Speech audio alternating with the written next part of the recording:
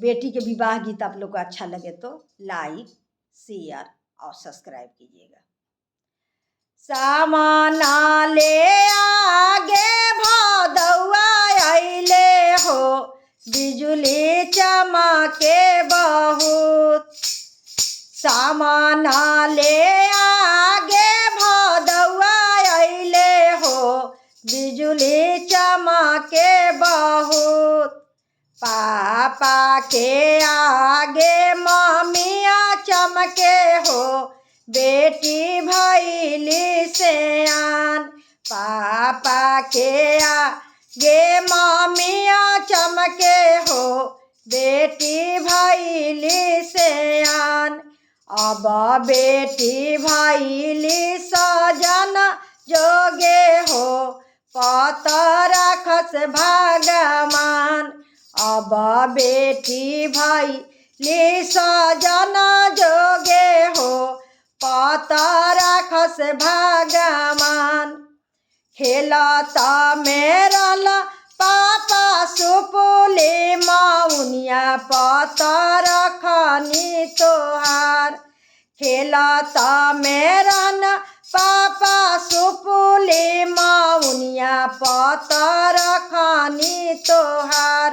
अब पापा भैली सजन जोगे हो, पत रखस भगवान। अब पापा भैली सजन जोगे हो, पत रखस भगवान। सामना ले आगे भदौआ अइले हो, बिजुली चमके बहुत। सामना ले आगे भदौआ अइले हो, बिजुली चमके बहुत।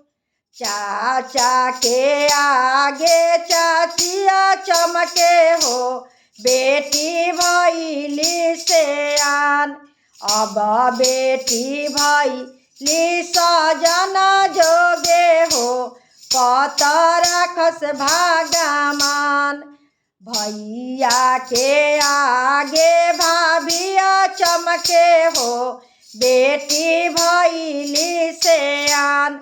अब बेटी भैली सजन जोगे हो, पत रखस भगवान।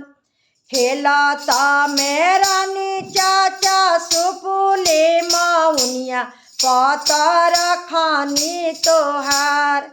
खेलत में रानी भैया सुपुली मौनिया, पत रखनी तोहार।